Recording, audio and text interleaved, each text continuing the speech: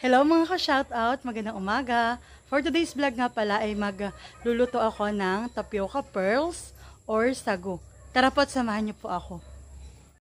At dahil po magluluto ako sa kahoy, dahil po matagal-tagal ang lagaan, 30 to 45 minutes, ay ako po ay mangunguha ng kahoy.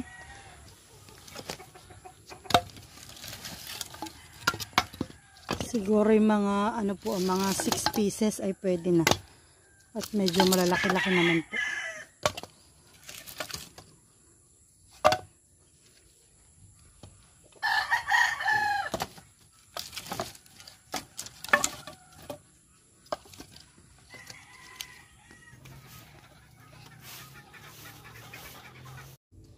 At ako po ay nagdikit na. At mamaya po pag malakas-lakas na yung apoy, sasaklan ko po itong aming kawali. At dito po ako maglalaga ng sagu. Ito nga po pala yung aking nabiling sagu kagabi sa bayan. Bali ito po yung aking ilalaga.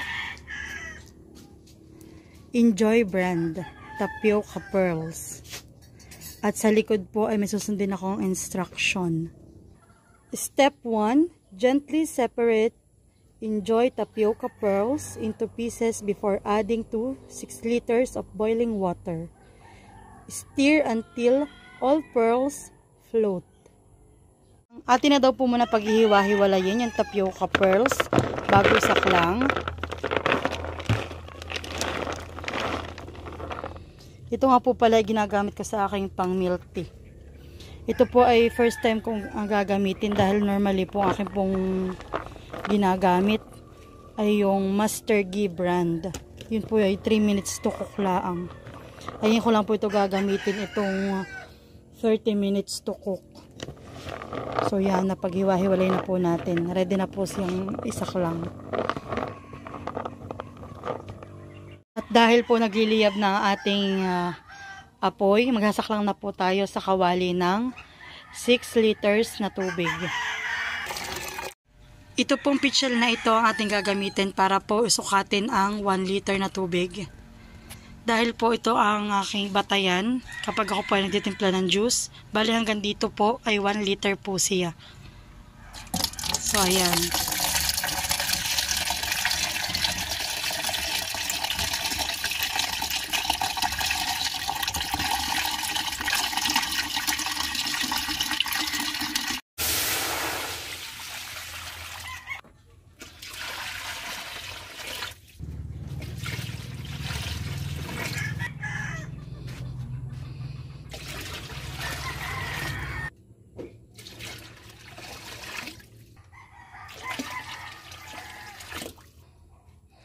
Tatakpan na po natin at hihintayin natin kumulo para maisaklang ng ating sagu.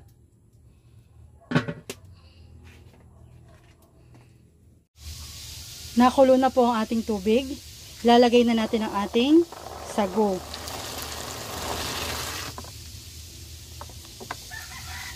Sabi po dun sa instruction ay pagkalagay daw po ng pearls, haluin daw po hanggang sa lumutang na yung mga sagu.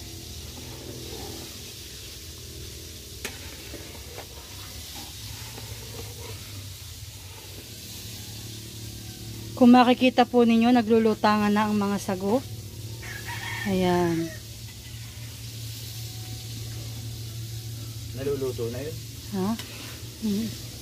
Naglulutangan na siya. Wow, nice.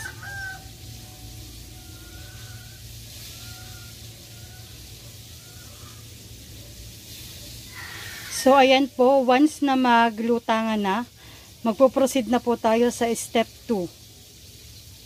Step 2. Cover and continue to boil on low fire for 30 minutes. Turn off heat and allow to sit for another 30 minutes. At dahil po nakasaklang ng ating sagu, magsiset po tayo sa ating timer ng 30 minutes. Yan. Start. Nag-alarm na po ang ating timer for 30 minutes. So, atin na pong aahunin muna ang ating sago at mukhang okay na. Yan. Papatong ko muna ito dun sa gasol. At maghihintay daw po ulit ng 30 minutes.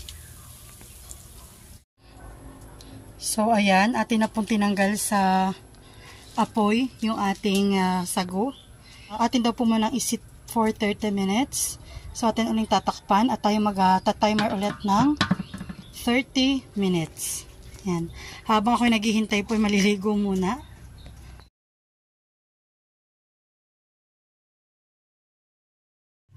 Tapos na po ang ating uling 30 minutes. Atin na po itong huhugasan sa malamig na tubig. At dahil po wala tayong malaking salaan, gagamit na lang po tayo nitong strainer para po ating ilalagay dito sa step 3. Strain pearls and rinse with cold running water. Malamig na tubig. Siya po naman ay pwede na hinipo ko po siya para na po rin po siyang may yelo. Ang galing po sa aming grape. So ayan, kakadloy natin at lalagay natin sa malamig na tubig.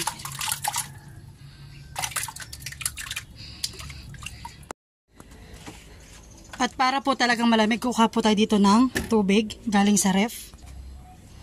At ilalagay po natin. Ito po galing sa ref itong tubig.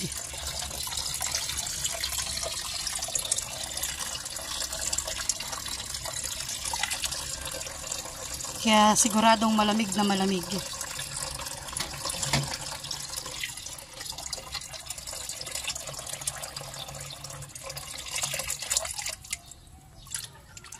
At atin na pong hinuhugasan.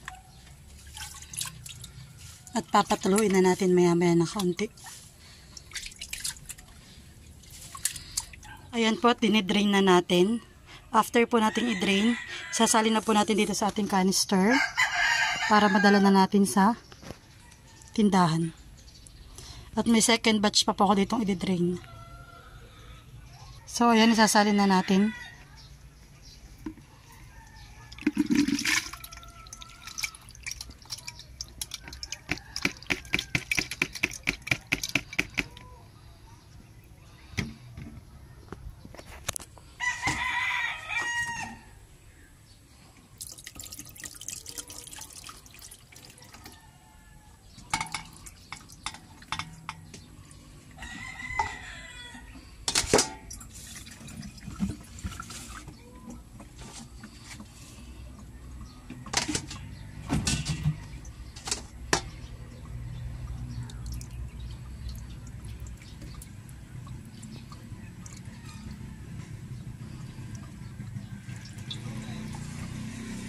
So, ayan.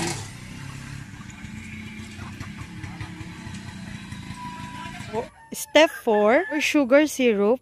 Dissolve half kilo brown sugar in half liter water, then boil. Remove from heat and add to cooked pearls. Ayan, at okay na ang ating tapioca pearls. Ang next natin na mga gagawin ay ang pagtutunaw ng asukal at ilalagay po natin dito sa ating sago. Instead nga po pala na gawin ko yung sa step 4 na magdi-dissolve down ng half kilos na asukal sa 1/2 na liters ng tubig. Bali gagawin ko na lang po, dadirect ko na dito yung sugar based po dun sa napanood ko sa YouTube. Ayan. So, maglalagay daw po tayo ng 250 grams na sugar. Bali, ito po yung half kilo. So, akin lang pong hinati. At ito po yung lalagay ko. So, lalagay natin yung 250 grams na sugar. Ayan. Atin na pong hahaluin.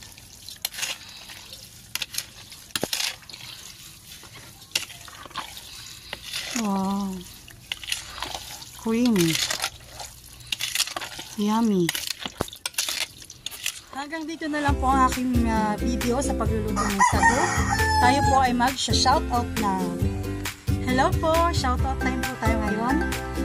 Shoutout po kay Mr. Norante Rusqueta.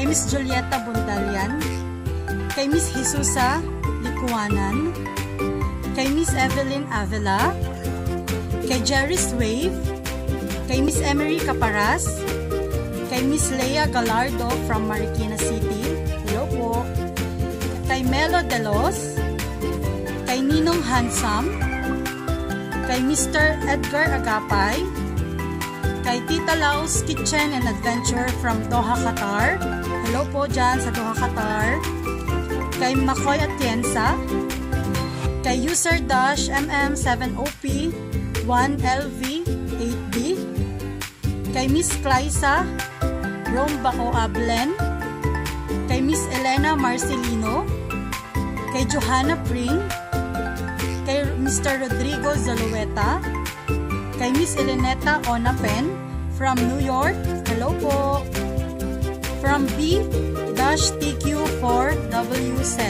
hello po sa inyo lahat na mga nanonood at nag-subscribe po sa aking YouTube channel. Maraming salamat po sa laging pagsuporta. Tayo po ay laging mag-iingat.